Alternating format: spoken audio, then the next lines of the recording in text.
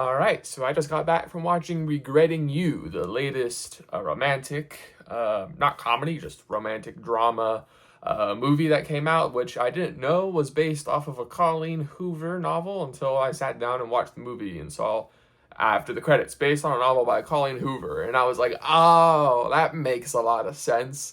That's why this movie is the way it is.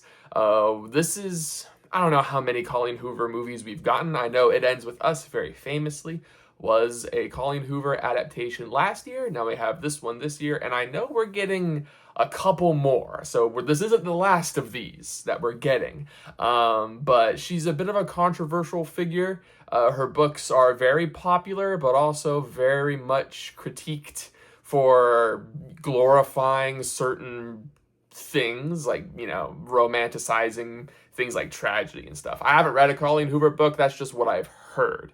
But I actually remember liking It Ends With Us quite a bit. I think that movie has gotten a worse reputation as it goes on, but I remember liking it okay.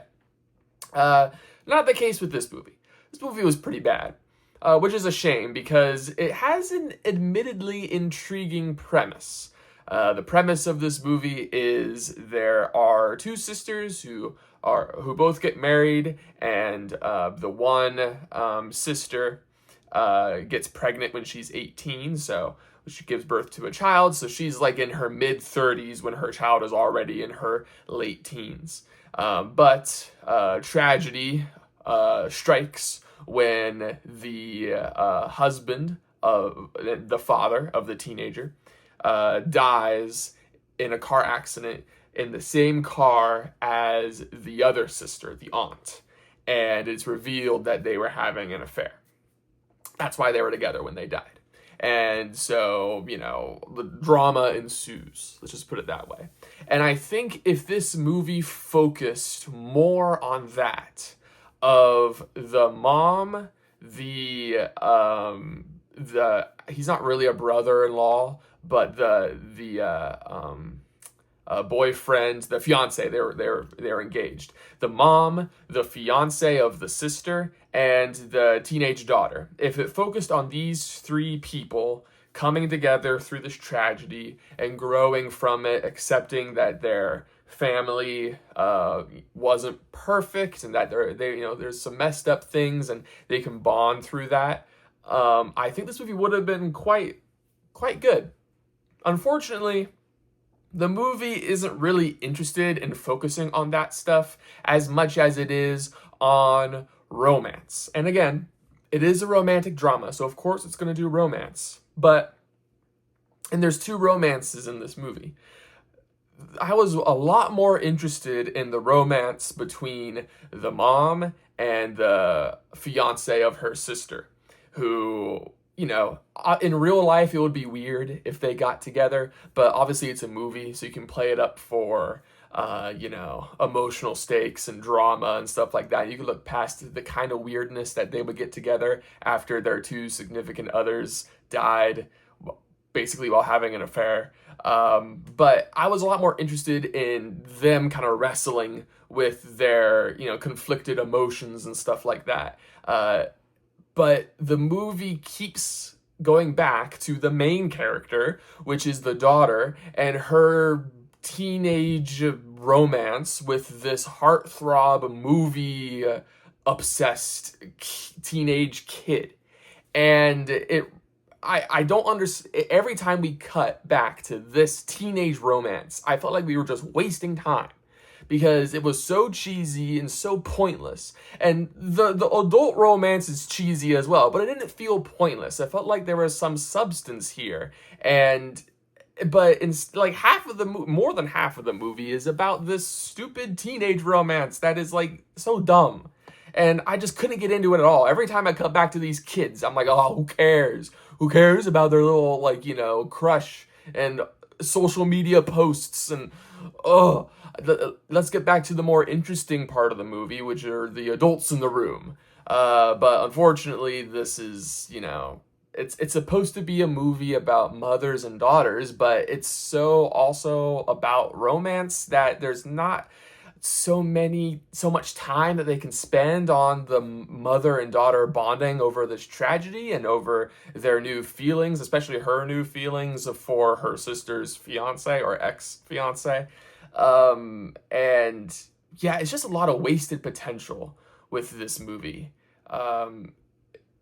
It's also very cliched. There's one part in the movie where they literally do the on the doorstep during the rain at night, just drenched in rainwater, just showing up impromptu on the door, and the person opens the door and the other person standing there just all wet, to express romantic feelings, and I'm like, this is a cliche that people make fun of. They've been making fun of this cliche for decades, and we're doing it in this movie seriously.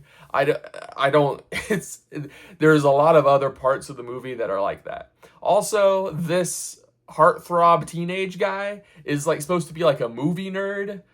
Take it from me, okay? Maybe they exist, but I have never met somebody who's as into movies as this guy is, and is also as cool as this guy is. These people don't exist. If he was like a sports guy or something, then maybe he'd be like that. But movie guys who like movies are not like this guy, okay? Also, I don't even know if this guy likes movies that much, because he's trying to get into college to go to like a movie school or whatever, but we never see him make any movies. If you're going to college for film school, you're gonna be making movies constantly. You're constantly like editing, and you're obsessed with making your movie. And he shows at the end of the movie, this isn't a spoiler, he shows at the end of the movie a home movie that he made for the main character, the daughter. And it's just a home movie montage that anybody could have made. It doesn't show that he's a future filmmaker. Anyway, that's a nitpick, but it annoyed me. Another thing that annoyed me is they show texts that the characters send to each other on the screen. They do this in movies all the time, where the text, instead of just showing us the phone, the text will show up on the screen next to the character's head or something. They did this in Drop all the time. But this movie doesn't think I can read, apparently, because every text is accompanied by a voiceover of the character reading the text. And they do it at least 5 times for 5 different conversations.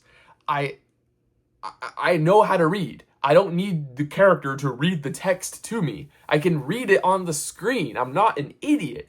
Even if I was a teenager who, this movie is directed towards mostly teenagers, I would assume they know how to read too. So I don't understand what the point is of having the characters read the texts to us. If you're going to do that, then don't have the text on the screen. Just have us listen to their thoughts or something. I don't know.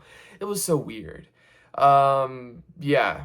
So, but those are both nitpicks. The biggest problem with this movie, besides the cliche, and this is kind of also a cliche a little bit, is it's one of those movies where all the problems, all the drama, all the angst can be fixed if the mom and the daughter just sit down and have a conversation. An honest conversation about what's going on, what they're feeling, and why they're doing the things they're doing. But instead, this movie consistently has characters just not talk. They're just not going to talk to each other. They're just not going to talk.